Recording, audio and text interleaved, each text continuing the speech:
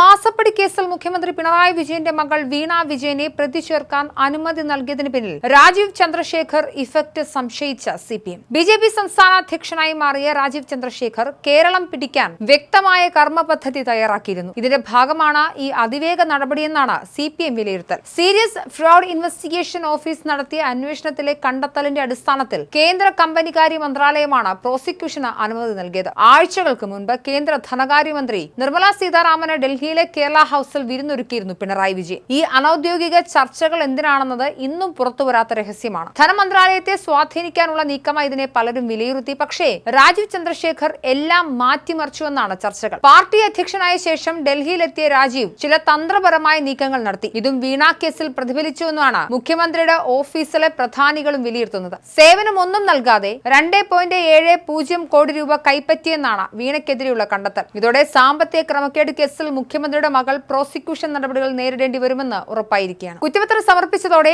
മാസപ്പടി കേസ് വീണ്ടും ഇടത് സർക്കാരിനും മുഖ്യമന്ത്രി പിണറായി വിജയനും തലവേദനയാവുകയാണ്. പ്രതിപക്ഷം ഇതിനകം തന്നെ മുഖ്യമന്ത്രിയുടെ രാജി ആവശ്യപ്പെട്ട് രംഗത്ത് വന്നു കഴിഞ്ഞു.